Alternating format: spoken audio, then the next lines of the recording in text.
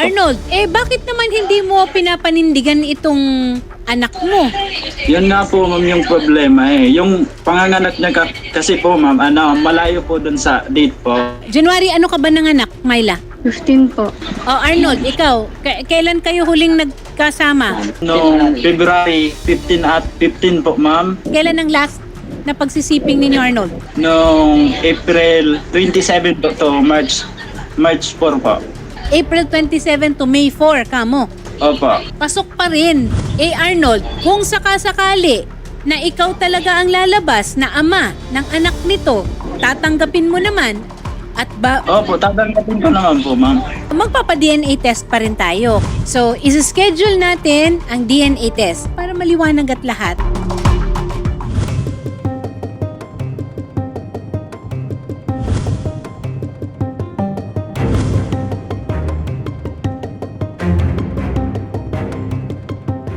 Eto ngayon yung ECDNA test natin. Ha? Wala kaming kinalaman dito. Tayo lang ang nag-sponsor. Okay? At dun sa una natin na paglalahad nitong kaso na ito, tinanong natin si Arnold. No? At sumagot si Arnold.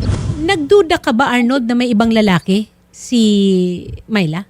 Di ko po sigurado po ma'am kasi meron din po kasi akong nakita doon ma'am na kachat niya po. Ganyan. Kachat. May kakaibang kilos ba nung habang nagsasama kayo? Meron po ma'am. Meron po ako ma'am na realize noon po ma'am. Nung pagsama po namin sa Pampanga po. Kasi sabi niya po sa akin noon magtatrabaho po siya. Kaso nung dumating po kami sa Pampanga, ayaw niya naman po magtrabaho. At ang nakasaad dito, pangalan. Pangalan mo na, no? Mother. Myla Doliero Agor. Myla, kung kunwari hindi nga anak, paano? Wala naman pong iba eh. Sure na po ako na siya po. Kasi walang iba. Wala man po. Tingnan mo naman yung sagot ni Myla. Yes Parang po. Sure na hindi sure pwedeng po hindi kasi wala namang iba. Itong DNA test na ito, paternity report, dugo ang basihan nito. Okay? Ang accuracy nito ay nasa 99.99999% din. Tama ba ako? Yes po. Na di naman siguro pwedeng kung kani-kanino dugo ang kinuha. 'Di ba? Kinakabahan na ang mga netizens natin eh. Si Arnold rin, parang hindi na huminga ka muna ng malalim, Arnold. Huminga ka muna. Parang nakaganon eh. Nakaganyan eh. Okay? Kung sakasakali, gusto nyo bang magsama ulit? Handa ka ba na? Hindi na po. Kasi ang dami ko rin po nalaman tungkol sa nanay niya na kahit nung wala pa po kami ng anak niya, ang dami na pala ang sinasabi ng nanay. Pero hindi naman nanay ang pakikisamahan mo. Si Arnold naman eh. Ayaw. Ayaw po. Dikit na dikit eh. Sige, pwede naman natin mapag-usapan yan. Sa ngayon, ayaw. Arnold, ikaw, gusto mo bang ligawan ulit kung sakasakali? Ayaw na po ma'am. Hindi. Pero handa ka magsustento. Kasi hindi naman natin pwedeng... Oo naman po. Tsaka hindi mo rin pwedeng ipagkait, no? Kung sakasakali. Yung pagiging ama at nito, yung papakilala mo yung bata. Tama ba? Opo. Siguro, Kikilalanin niya. Pero ikaw, kung gusto nilang makita yung bata, pwede naman po makita pero yung isasama yung bata. hindi. po. Hindi nila ko pwedeng kunin kasi hindi naman kayo kasal eh. Pagka ganun kasi, pag hindi kasal, below 7 years old, at saka wala namang dapat na ikatakot para sa kapakanan or kinabukasan ng bata, sustento. Opo. Based on the analysis of STR listed above, the probability of paternity is... Ano sa palagay mo? Positive po. Ano sa palagay mo, Arnold? Lukso ng dugo. Okay naman po ma'am kung mag-positive yan o mag-negative po. Tanggap naman po namin yung result niyan po ma'am. Statement of results. Okay? The alleged father cannot be excluded as the biological father of the tested child. Based on the analysis, the probability of paternity is 99.9999999%. Arnold, ikaw ang ama. Myla, siya ang ama. Sure na po, wala man pong iwang ano eh. Sure na sure si Myla dahil wala ngang iba. Kasi hindi, ako naman po yung may alam na, kasi alam ko na po sa katawan ko yun eh. Tapos, yun, nalaman ko din sa, yung wala pa po kami, relasyon po ni Arnold, ang dami na palang sinasabi ng nanay sa akin.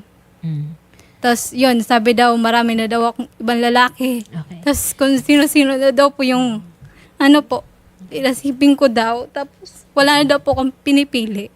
Tapos yun, Mga Na ang sak- masasakit na salita. ang sakit lang po kasi pinagkatiwalaan ko po si kasi ni minsan po wala po akong ibang, kasi meron po akong tinatago sa puso ko po na sinabi ko po sa kanya kasi tiwalang-tiwala po ako sa nanay niya. Tapos yun, nalaman ko yung pagtalikod ko po, kasi pag sa harap, iba na po yung ano eh, yung aura niya. Iba ang salita. Pag yung nakatalikod na ako sa kanya, ang dami na palang sinasabi tungkol sa akin na ganito, ganyan, na yun po, marami daw po lalaki. Ito lang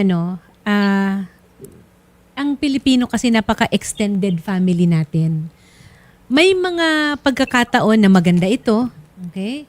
Kasi malaki ang support system mo, pero may mga pagkakataon din na hindi ito nakakabuti sa relasyon. At mukhang sa pagkakataon na ito, siguro kung magbibigay lang ako, Nay, ng konting payo, Nanay Ameliana, baka panahon na rin na bigyan nyo ng pagkakataon yung anak nyo na si Arnold na lumaya para sa sarili niyang, para lumabas ng sarili niyang pagkatao at magkaroon siya ng sariling buhay. Naiintindihan ko na ang nanay, ikaw Myla, nanay ka rin, syempre gusto mo na bantay sarado ka sa anak mo at mabuti lang lahat ng mangyayari. Pero Nay, hindi tayo habang buhay na nandito. Hindi tayo habang buhay na nandyan sa tabi ng anak natin para maging gabay o magdesisyon para sa kanila. Ngayon na alam niyo na Arnold, ano naman ang masasabi mo Arnold? Ikaw ang ama. Handa ka ba maging ama Arnold? Opo, handa po ako, ma'am. Tanggap ko naman po yan. Parang hindi ka naman nagulat na ikaw ang ama. Siguro sa loob ng alam mo rin talaga Ang gusto lang naman po namin, kasigurahan talaga po.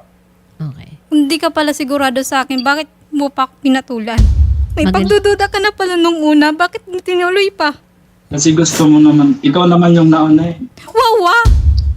Ako na una? Siguro ka? Ay, sigurado ka?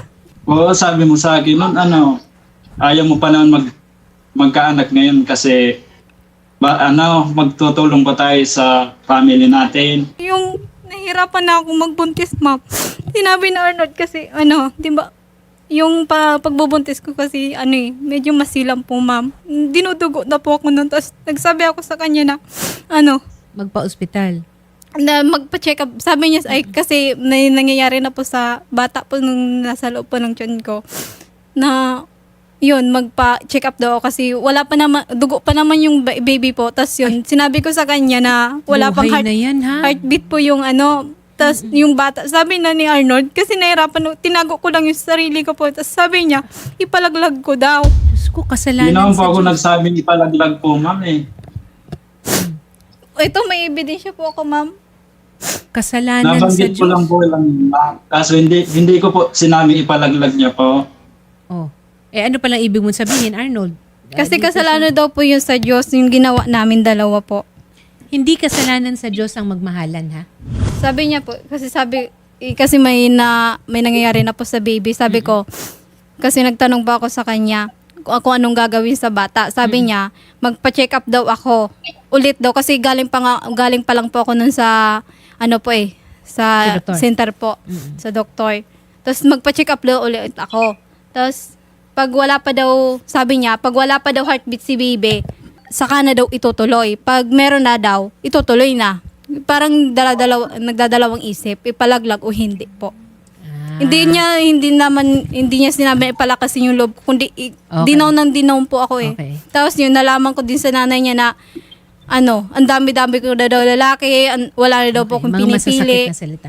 Alam mo, maganda siguro Rio, na for counseling, idaan rin natin, i-refer natin sila sa social welfare officer kasi kailangan pag-usapan ang tungkol sa sustento. Kasi kung hindi, magiging violence against women and children ito pag hindi nakapagpasustento o naituloy yung responsibilidad ni Arnold bilang ama. Okay? Yes, At attorney. mangyayari lang yun kung may maayos na pag-uusap at kasulatan. Okay? Pwede sa barangay, pero ako para sa akin, mas maganda kung sa municipal social welfare officer. At gagabayan ka, Myla. At saka hindi naman sa Arnold, hindi naman ito adversarial eh. Hindi away. Ang hahanapin natin kung ano yung ikabubuti para sa bata. Nanay Ameliana, 'di ba? Kung ano ang ikabubuti para sa apo. Kaya sabi ko nga lang po, may naging mga problema lang po. Kasi alam niya naman po talaga na sabi ko, hintayin niyang mag-edad ang anak ko dahil ipapakasal ko sila. Alam niya po yan. Okay. Wag nating Hindi lang ipilit. ilang beses ko yan sinabi sa kanya. Ilan taon na ba si Arnold? Ngayon po, 21 na siya. Kaso nung magkarelasyon po sila, 19 years old pa lang yung anak ko. Hindi So, pa sila pwedeng magpakasal. Okay. Yung pumunta po ako sa Inaano po ba? kasi di ba nabuntis na po ako noon. Nag-asikaso na po ako ng kasal noon. Kasi 20 na rin po siya noon eh. Nabuntis ako, 20 na po Yes. ako. Tapos yun, pumunta po ako doon para mag-requirement sana sa kasal mo yung dalawa. Tapos yun, sinabi ng, Na kasi hindi. ilang beses na sinabi na Arnold sa akin na ayaw daw ng pamilya niya po. Actually, pwede naman ipakasal, pero ang Pwede pa kailangan kasi meron tinatawag na parental advice. Opo. Pag hindi nakuha yung parental advice, merong ilang buwan na kailangan hintayin na cooling off period bago magpakasal. Pero ngayon, nasa edad na. Pero ako hindi ko sinasuggest na wag pilitin na magpakasal. Para sa akin, ayusin na lang muna kung ano ang ikabubuti ng bata. Di ba, Rio? Yes po, attorney. Mahirap po kasi yung ikakasal ka tapos hindi nyo na pala gusto yung isa't isa. Baka mas lalo pong maapektuhan yung bata Yes. noon. May trabaho ka, Arnold, di ba? May trabaho. Ganun po, ma'am. Simula po kasi noon, ma'am, nangyari po yun. Nag-resign na po ako sa trabaho. No? Sa ngayon po, ma'am, tumutulong na lang po ako sa trabaho po ng kuya ko at gumagawa po ng wig po. At tumutulong din po gumagawa ako sa ng ano? Wig po. Wig? Opo. Wig, Yung buhok? Buhok? Opo. Ba, okay yan ah. Sige, kung maganda kita dyan, di ganyan. Pero ang mahalaga na meron kang pagkukunan ng isusustento sa anak mo. Okay? Gagawin ko naman po, ma'am, ang lahat ng magkakaya po para masuportahan po. Alam mo, maswerte ang mga bata sa buhay. Hindi ko inaalis yung ano na yan. Naku, baka maraming mga magagandang mangyari sa inyo. Basta umayos lang kayo. Siguro po, attorney, pagbandingin na rin natin kasi hindi pa yata nakikita ni Sir Arnold ang kanyang anak. Isang beses na po yung Isang nagpa-din. beses pa lang. 8 months na po ngayon yung bata. So baka, Sir Arnold, maganda rin na makapagbanding din kayo ni Yes. baby girl. Tsaka siguro, tulungan din natin, mapacheck up ng maayos si baby Yes. kasi kung masela ng pagbubuntis mo, para siguraduhin lang natin na walang karamdaman o iniinda na sakit ng bata. Okay po, salamat po. Ayan. Maraming Okay. salamat din po. Okay. Opo. Solve. Solve na po.